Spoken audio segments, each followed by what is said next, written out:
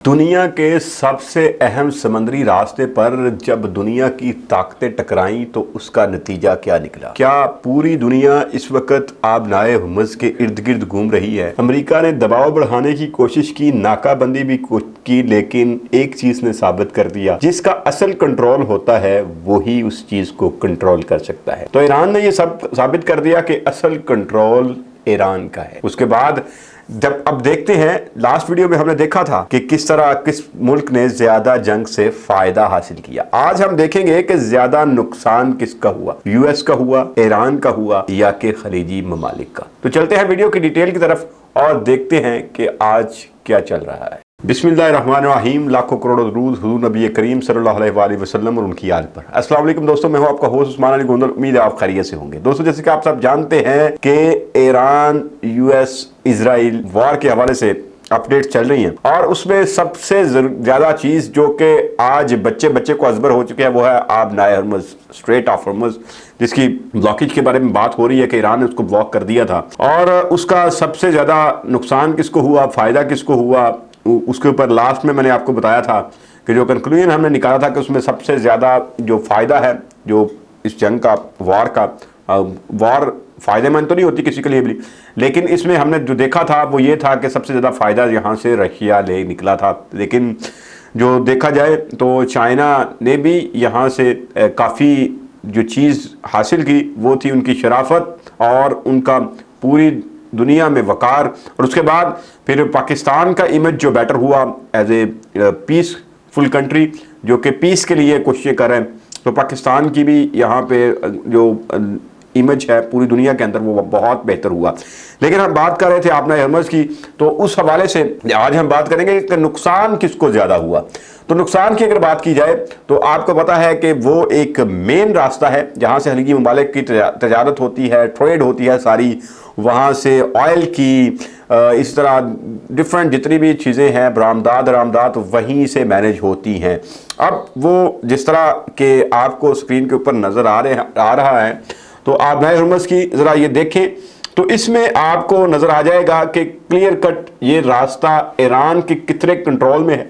और उसके ऊपर जो ईरान ने जो वर्क किया हुआ था, जो उनकी पॉलिसी थी, जो वॉर की इससे पहले जो उन्होंने प्लानिंग की हुई थी, उस प्लानिंग में जो सबसे बड़ा रॉकेट लॉन्चर उन्होंने मारा वो यही था कि उन्होंने इसको ब्लॉक कर दिया।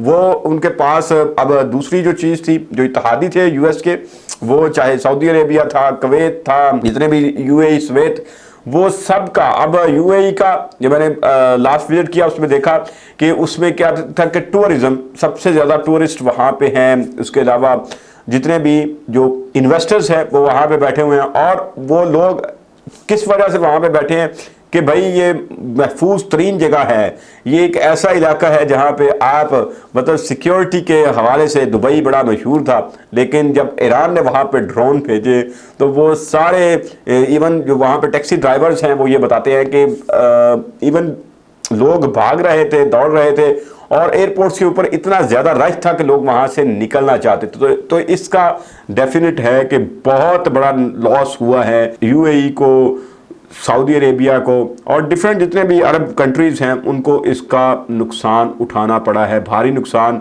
इसमें उनकी इंडस्ट्री काफ़ी देर बंद रही।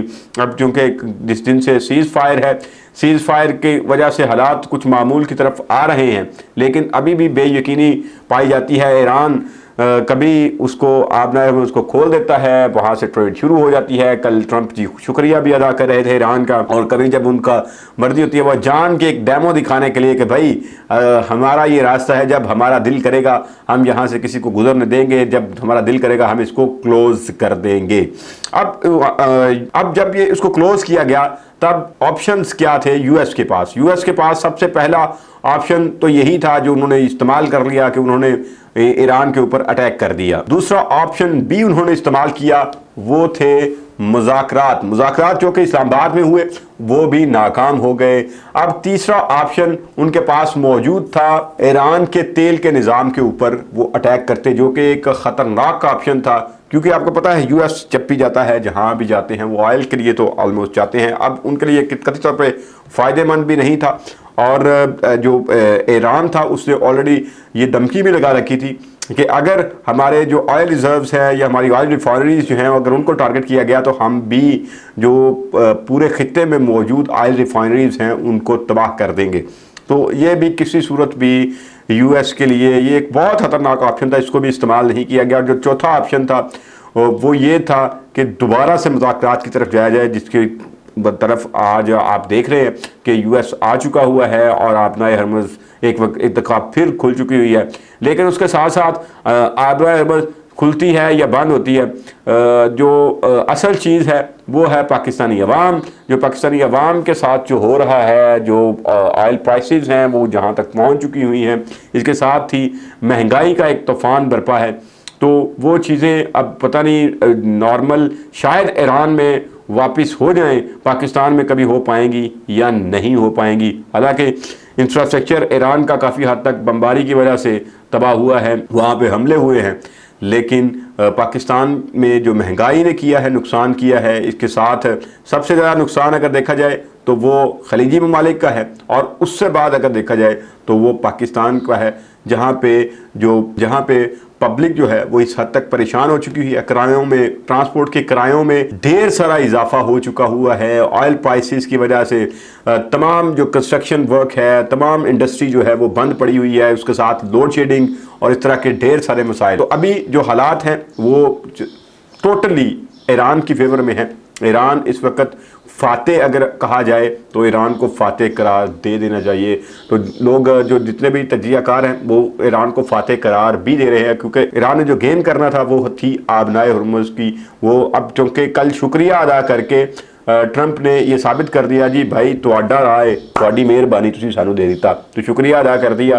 तो अब यहाँ पे देखना ये है कि आने वाले दिनों में जो मुज़ाकरात हो रहे हैं वो ऊँट किस करवट बैठता है, अब कहाँ पे जाके यूरेनियम के हवाले से ऊँट किस करवट बैठता है और आने वाले दिनों में क्या हालात बनते हैं। लेकिन अगर देखा जाए तो सबसे ज़्यादा नुकसान खलीजी ममालिक या वो वाले कंट्रीज जिनका ज़्यादातर इन्हिसार जो है, जिनकी सारी माशत जो है वो ऑयल के ऊपर, ऑयल की ट्रेड के ऊपर खड़ी थी, वो काफ़ी नुकसान हुआ है उनका। और आने वाले दिनों में अभी हालात पता नहीं किस करवट बैठते हैं जो भी चल रहा है, लेकिन पाकिस्तान और खलीजी ममालिक इसमें सबसे ज़्यादा नुकसान उठा चुके हैं। तो दुआ है कि अल्लाह करीम जल्दी से अमन और शांति लेके आएँ, ताकि गरीब आवाम जो है जो इस वक्त महंगाई की चक्की में पिस रही है वो यहाँ से निकल सके। तो आज के लिए इतना ही। अपना ढेर सारा ख्याल रखिएगा, अपने से भी ज़्यादा अपने पेरेंट्स का ख्याल रखिएगा। इस नेक्स्ट वीडियो के साथ फिर मुलाकात होगी। अल्लाह ने के बाद।